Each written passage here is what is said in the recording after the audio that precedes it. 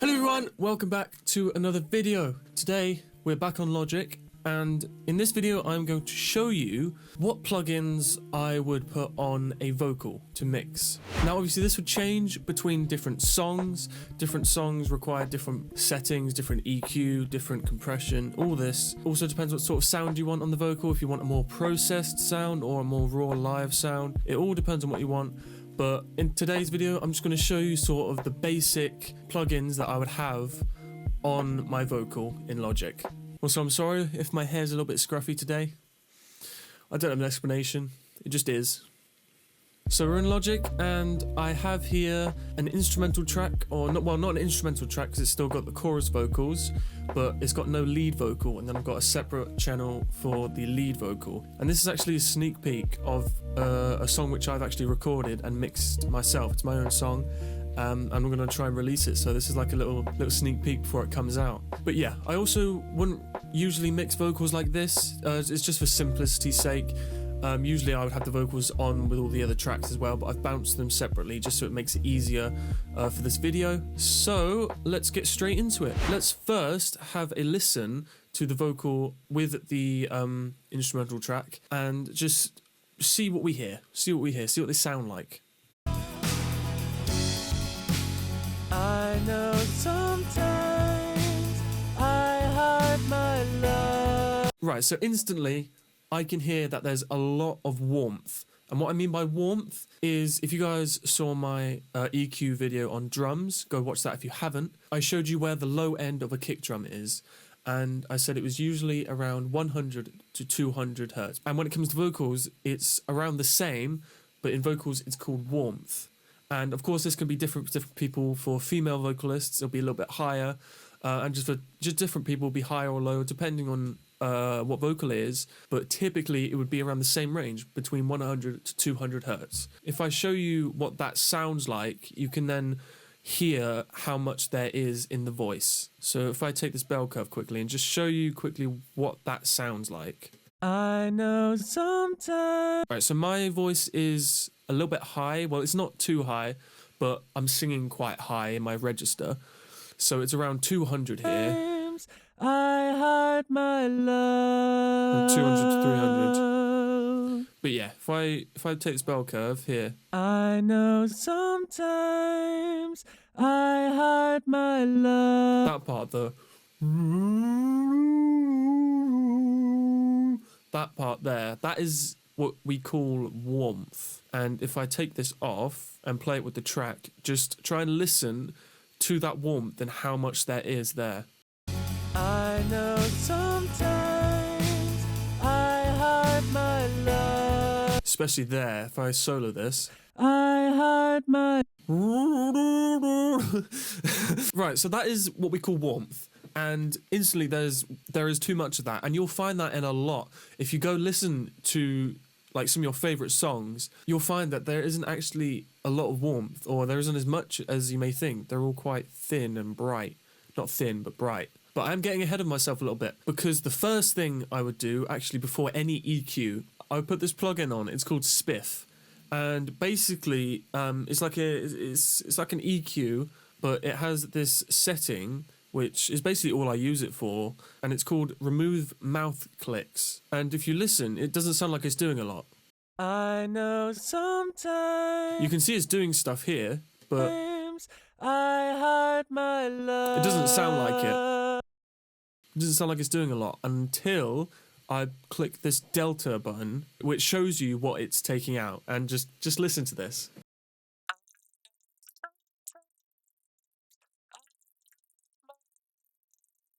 Oh, so it's basically taken out all the mouth noises which come out every time you sing. And although you can't hear it when you put it on, I put it on every vocal just because I don't want that in my vocal. It's disgusting.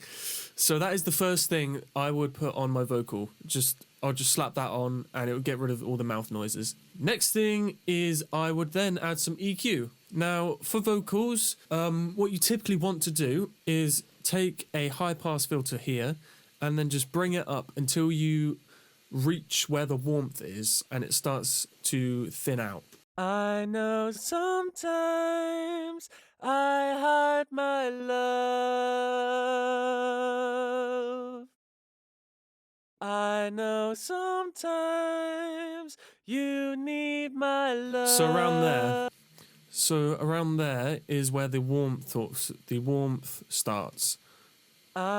Right there. So that's where it starts. So around there is where I'm going to leave it. Just sort of cut out anything below, which is just stuff you don't want, like any sort of knocks or rumbles or anything that comes through on the mic. And you just don't need anything down there. The next thing I would do is then remove some of this warmth, because you do not want all of this warmth, because you've got all this stuff in the instrumental, and just adding all this warmth onto that just makes it stand out more, and you want the vocal to fit in. So a real easy way to do that is just to get rid of some of the warmth. You'll see how much of a difference this makes. So if I take this bell curve here around 200 and just lower it a little bit.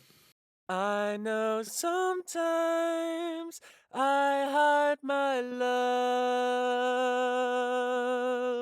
So if you listen with it off and then back on, I'm just taking away minus 3.2 decibels, but if you listen, I know those two words there, I know there's a lot of warmth. If I put this on, I know just takes the warmth out, and it does make it sound thin, but that is not a bad thing, because in the context of the mix, that's good, because you've got everything else trying to occupy that space. You don't want the vocals in there as well. You want those to sit on top of that nicely. So now let's put it in with the track and then just turn it off and then back on and see what it does. I know sometimes I hide my love. On. I know sometimes I hide. See, now that instantly sits better in the mix, I think. Just taking out a little bit of the warmth leaves room for other instruments like the bass and stuff. Now the next thing that I might do is take out some of the boxiness. Now I explained what the boxiness was in my drum EQ video, and it's basically the sound of a McDonald's cup just after you finished it and you're still slurping. It's like that kind of sound, which is around 800 hertz. If I take this bell curve up, you can hear what that sounds like. I know sometimes I hide my love. Like that. And if I take that out, you can hear it just normally in the vocal, and you can hear that it's there quite prominently. I know sometimes I hide my love.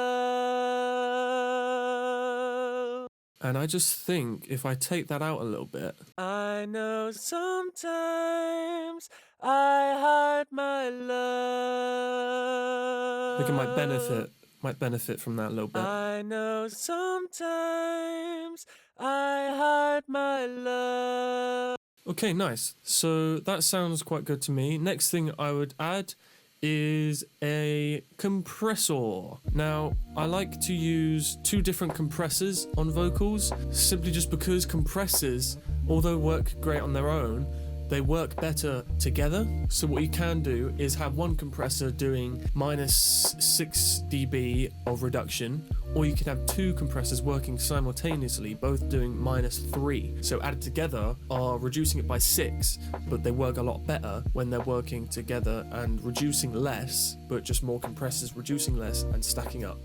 So first one I like to do is the 1176 UAD, and this one is a lot faster than the other one I'm going to use. I like to use the 1176 and the LA2A. Now, the 1176 works a lot faster, and the LA2A is a little bit slower, which is good because it means they're capturing sort of different parts of the vocal. Like the 1176 is very quick, so that might capture a bit more of the transient, whereas the LA2A is a little bit slower, and it might let that transient through a little bit more before it clamps down. So I like to use those as they will capture different parts of the vocal. So for the 1176, I like to use a slow release and a sort of medium attack, I think. I know sometimes. And try to aim for like minus 3 dB. I know sometimes I hide my love.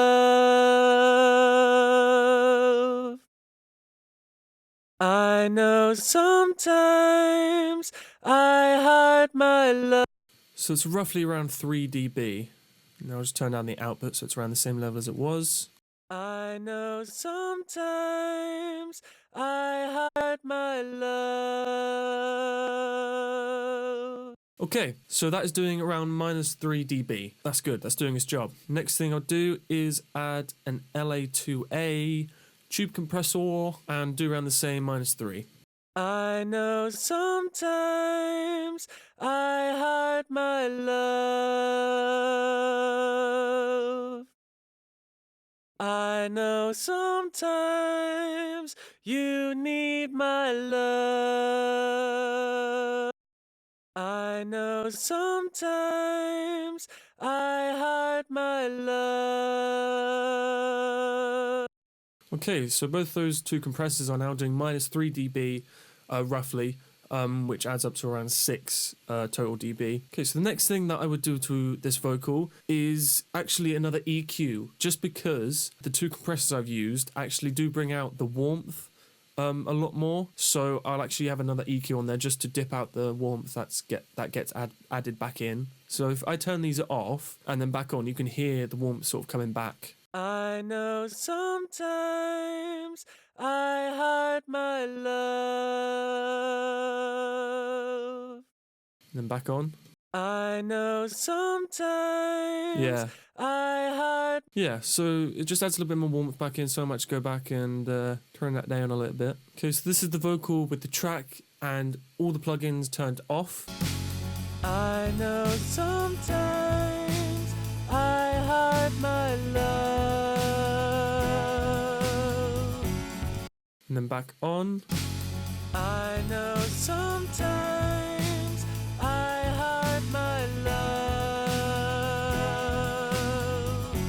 Now, me personally, I think that fits much better in the song. It sits much more nicely on top of the instrumental.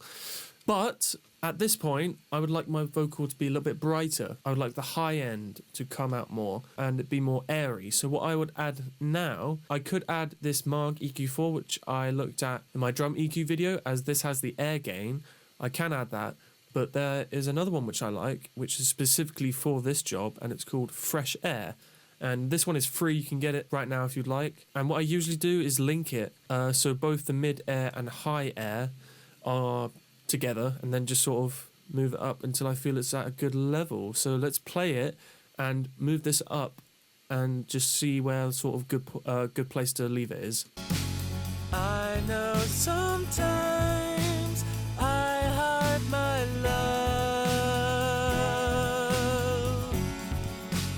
I know sometimes you need my love. I know sometimes I hide my love. So 30 seems like a good place to leave it. Let's turn it off and back on and hear the effect. I know sometimes I hide my love. Turn it back on. I know sometimes you need my love. Yeah, really brightens up the vocal, gets those S's out, really nice. Now, there is only one more sort of issue I have with this vocal now, just from adding all these plugins in. The S's have really come out now, and they're very sharp if you listen. I know sometimes. Cut your head off. Yeah, very sharp S's. If you listen to the sometime. I know Sometimes, very sharp. So I would add a de-esser onto that. Just use like the Logic de-esser or something. But first, what I want to do as a last EQ, I would use this EQ, Analog Obsession, and I have like a preset which I've made, and I have this set to sort of really nice points. I've got this at 100, which is sort of a low frequency, and set this at 10k, and just boost it a little bit just to bring those out a little bit more, and this adds a little bit of character as well. So yeah, let's see what this sounds just on this default setting here that I've made. I know sometimes I hide my love. I think that's at a good point where it is there just to bring up the highs and the lows again. And the last thing that I would do on the actual chain is a de-esser. So let's get a de-esser. I'll just use the normal Logic one, doesn't matter which one you use, just to sort of tame those S's a little bit more. And if you ever used a de-esser before and not sure what sort of frequency to set to, all you can do is just go on to the Logic EQ and just hear when the S's come. It'll be up here somewhere, and you can just sort of hear see where that comes up here. I know sometimes. So if you saw there, past 6K is where the real harsh stuff is.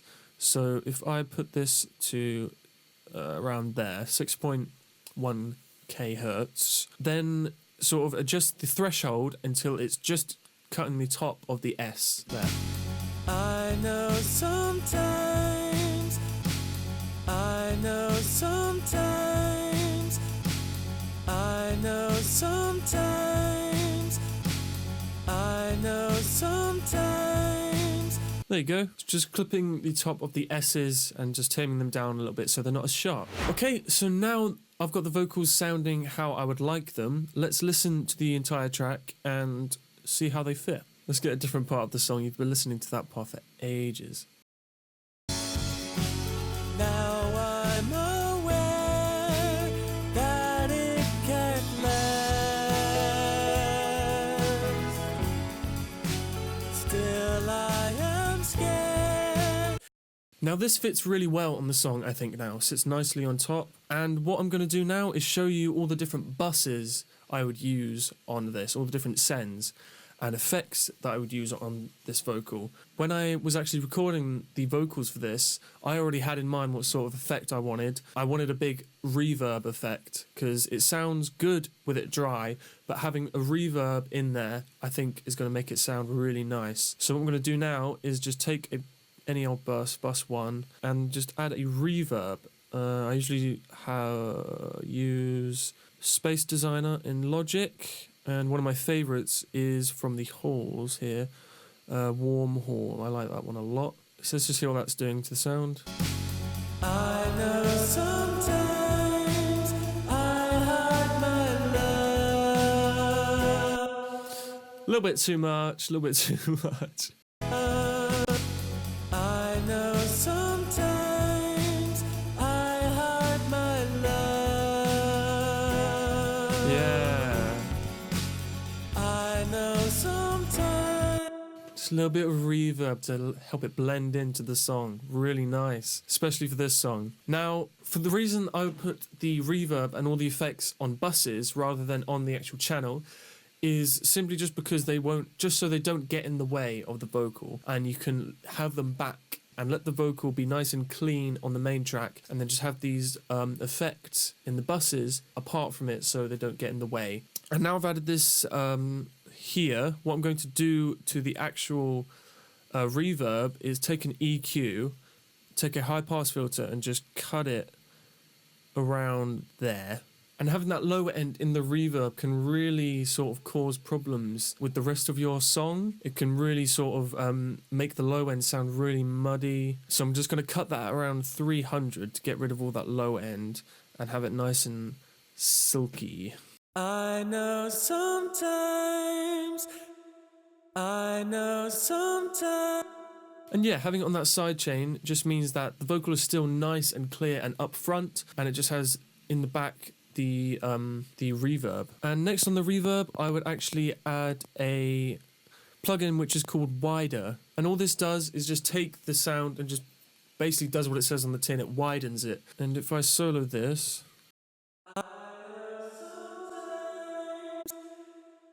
if you listen to it without, with,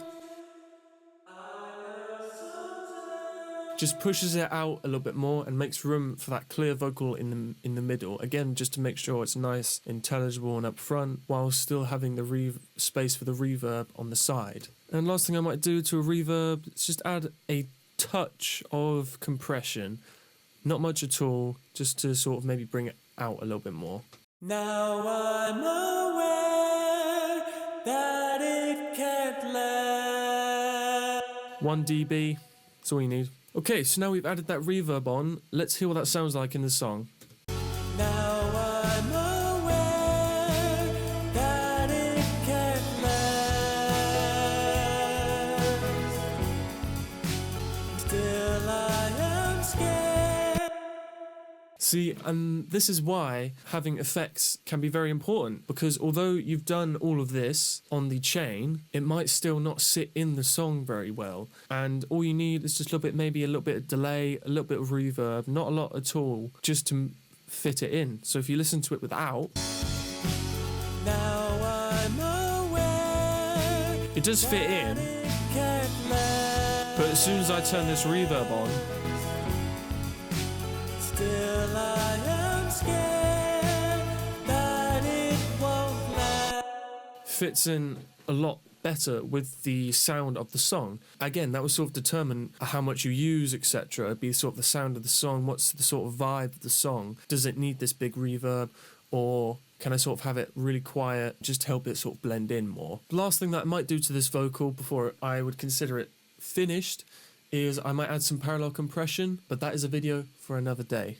Okay, so let's hear this vocal before and then after all the effects that I've added onto this.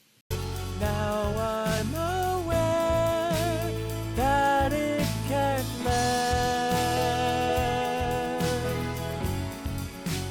Still I am scared that it won't last.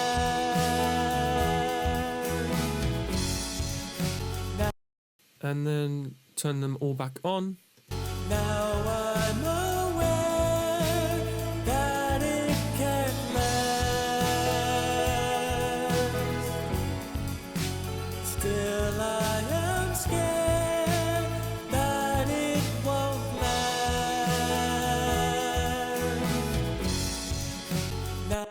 And that fits much better in the song. Fits nicely on top of all the other instruments. Okay guys, so that is the sort of typical sort of thing that I might do to vocals to help them sit on top of a mix. If you enjoyed this video or learned anything, then please give it a like and comment down any other sort of things you'd like me to do videos on Logic. And if you guys enjoy my content and like what you see on my channel, please consider subscribing. I'm trying to get to 500 subscribers, so if you can help me out, it'd be much appreciated. But that has been how I mix vocals. See you later, guys.